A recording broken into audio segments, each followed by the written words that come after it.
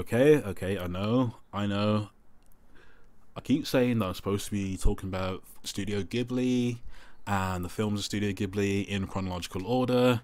And once again, I'm talking about a film that is technically not Studio Ghibli, but like it's my series again, and I made the rules. And this film came out 2 years before the formation of Studio Ghibli. It is highly cited as the first Studio Ghibli film. Technically, if you get the DVD collections, it is classed as number one in the series. So what I'm going to be talking about is Nausicaa of the Valley of the Wind.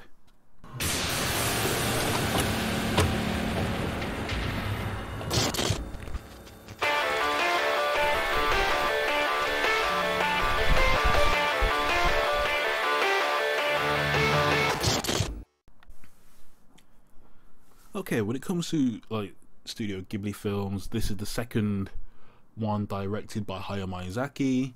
This is also the last film that was directed by Hayao Miyazaki before the formation of the aforementioned Studio Ghibli Studios. Ghibli Studios. So, let's talk about the synopsis of Nausicaa of the Valley of the Wind. So, it takes place in a post-apocalyptic world. Nausicaa, a young princess, becomes embroiled in a struggle with a kingdom that decides to use an ancient weapon to eradicate a jungle of mutant giant insects. Yeah, actual giant insects. And they are really, really, really big. Why you should watch this film? Well, one, it was endorsed by the World Wildlife Federation in 1984. Not the other World Wildlife, not the other WWF, but the actual animal one. Yes, I still remember the day when they had to change the whole get the F out with WWE, but hey ho, that was a long time ago. I've still not gotten over it. I'll get over it eventually, but it is what it is. Why you should watch this film? Nausicaa is the first female protagonist of the Studio Ghibli series. She is the prototype of pretty much all the female protagonists to come after her. And the great thing about this film is like you know what the characters are like, and when you go into a Studio Ghibli film, you can kind of just have a general knowledge just by having a look at the character designs, having a look at like just the first 5 minutes of how a character like acts, and you pretty much have a good understanding of what that character is about. And that's the great thing about Studio Ghibli. When they write characters, they write characters with depth. Like all the characters have motivations, or they may some motivations may be simple for certain things. However, in terms of the actual like story, for the basis of the story, the majority of the characters are written with great depth to them, especially the protagonists.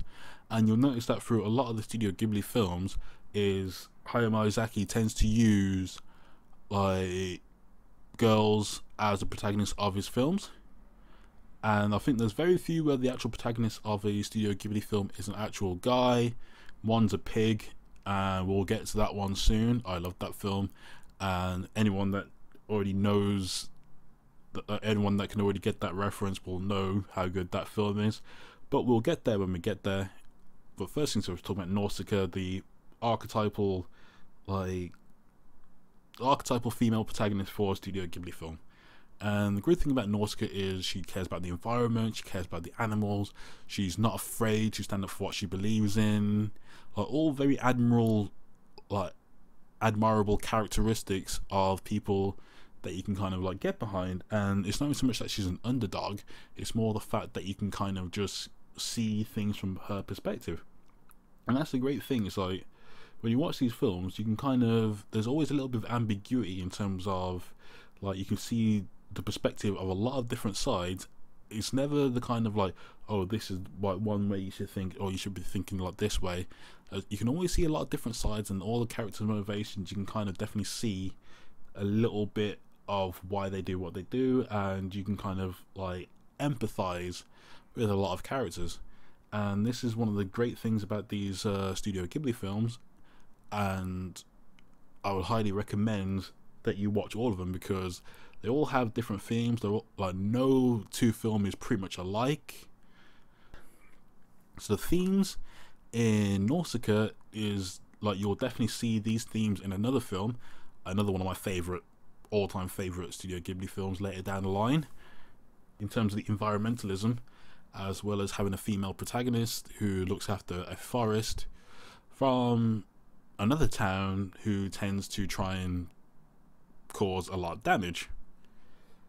Okay, now I see where that wow, when I say it like that, that film pretty much is just Nausicaa but with different coat of paint on. But oh god, I love that film. It's just, oh, we'll come to it again. If you can literally get the film from that, you can kind of guess where I'm going. So yeah, this is the second film directed by Hayao Miyazaki.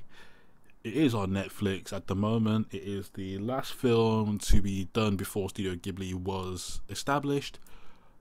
If you do like this kind of content, if you like me rambling on about Studio Ghibli films, by all means, like, subscribe, comment down below, tell me what you like about these films, tell me what your favourite Studio Ghibli film is and why.